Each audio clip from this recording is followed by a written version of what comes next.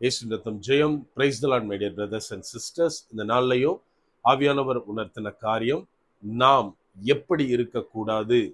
ஆவியானவர் உணர்த்தின வசனம் யாக்கோபு எழுதின நிருபம் அதிகாரம் 3 வசனம் 10. துதித்தலும் சபித்தலும் ஒரே வாயிலிருந்து புறப்படுகிறது, என் சகோதரரே இப்படி இருக்கலாகாது. Out of the same mouth proceedeth blessing and cursing. My brethren, these things ought not so to be.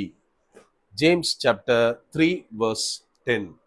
இரக்கன்மானவர்களே, இந்த இடத்திலே யாக்கோபு தெளிவாக எழுதுகிறார், துதித்தலும் சபித்தலும் ஒரே வாயிலிருந்து புறப்படுகிறது. எனக்கு அன்பான சகோதரர்களே, இப்படி இருக்கக்கூடாது அப்படின்னு தெளிவாக எழுதியிருக்கிறார். நாம் இன்றைக்கு தேவனுடைய பிள்ளைகளாய் நடக்கிறோம், ஆனால் எப்படி இருக்கக்கூடாது அப்படின்னு நம்ம கொஞ்சம் யோசிக்கணும்.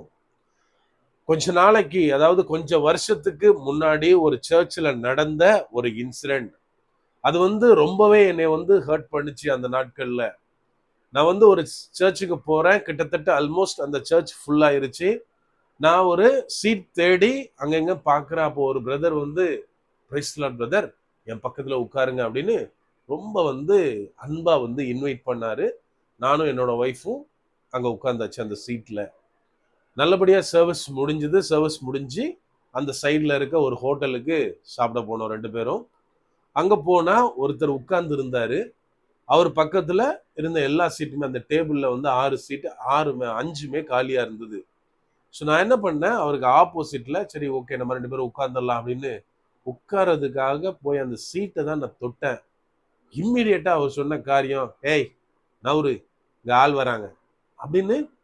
அதாவது கொஞ்சம் கூட ஒரு ஒரு சாஃப்ட்னஸே கிடையாது. அதாவது ஏதோ நான் அவருக்கு ஏதோ தப்பு செஞ்சுட்டு அந்த இடத்துல நின்ன மாதிரி என்னை பேசினாரு.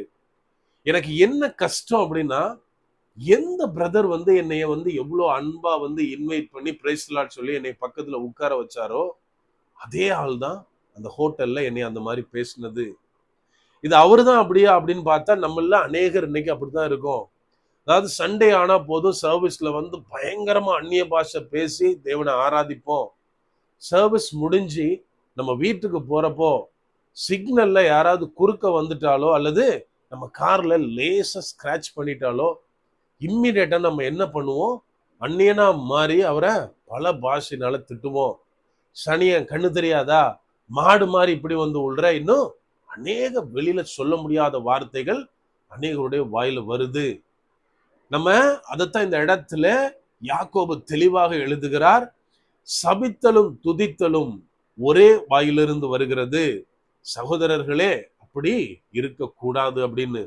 அப்படியானால் இன்னைக்கு நம்ம எல்லாருமே அப்படிதான் கிட்டத்தட்ட என்ன பண்றோம் அப்படின்னா, நம்ம தேவனை துதிக்கிறோம், நமக்கு மேலாக ஏதாவது ஃபேவர் பண்றவங்கள பயங்கரமா பிரைஸ் பண்றோம். ஆனால் சில நேரங்களில் சிலர் தவறு செய்யும் போது, ஏதாவது ஒரு காரியத்துல நமக்கு எதிராக நடக்கும் போது அவங்கள மன்னிச்சு விட்டுறோமா, அல்லது அவங்கள பத்தி அவதூறா பேசி அவங்கள இழிவா பேசுறோமா?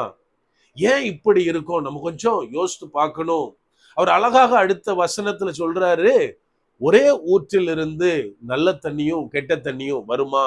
நம்ம கொஞ்சம் யோசிக்கணும். கண்டிப்பா வராது. ஆனால் மனிதனுடைய வாயிலிருந்து வர்ற வார்த்தைகளை கவனிச்சோம் அப்படின்னா, ஒரு பக்கம் நல்ல விதமாகவும் இன்னொரு பக்கம் அதே வாய் வேற விதமாகவும் பேசுறத நம்மளால பார்க்க முடியும். என கண்மானவர்களே, நம்ம கொஞ்சம் யோசித்து பார்க்கணும். ஒருத்தர்கிட்ட போய் நீங்க நல்லா இருப்பீங்க பிரதர், தேவன் உங்களை ஆசீர்வதிப்பாரு பிரதர், ஒருவேளை நீங்க கஷ்டப்பட்டுட்டு இருக்கலாம், ஆனாலும் உயர்ந்த நிலையில தேவன் கொண்டு உயர்த்துவார் அப்படின்னு நம்ம சொல்லும் போச்சுல, அவங்களுடைய மனநிலைமை எப்படி இருக்கும், அவங்களுடைய முகம் எப்படி மாறும், நம்ம கொஞ்சம் கவனிக்கணும். அதே பர்சன்ட்ட போயிட்டு நீ இப்படியா இருக்க, இன்னும் அவ்வளவுதான், உன் நிலைமை சீரழிஞ்சுதான் போவோம் அப்படின்ற மாதிரி வார்த்தைகளை கொண்டு போகும்போதுல அவங்களுக்கு எப்படி இருக்கும்? இன்னும் அதிக வேதனையை தரும். அப்படியானால் நம்முடைய வாயின் வார்த்தைகள் மற்றவர்களை கட்டவும் முடியும், கட்டினதை இடித்து போடவும் முடியும். தேவன் நம்முடைய வாயின் வார்த்தைகளுக்கு அப்படிப்பட்ட வல்லமைகளை கொடுத்திருக்கிறார். என கண்மானவர்களை நம்ம கொஞ்சம் யோசித்து பார்க்கணும். ஒரு சிலையை வடிக்கப்பட்ட ஒரு சிலை இருக்கு, அதுல உள்ள சில குறைகளை நம்ம சொல்றோம் அப்படின்னா அந்த சிலையை பத்தி நம்ம குறை சொல்றது கிடையாது.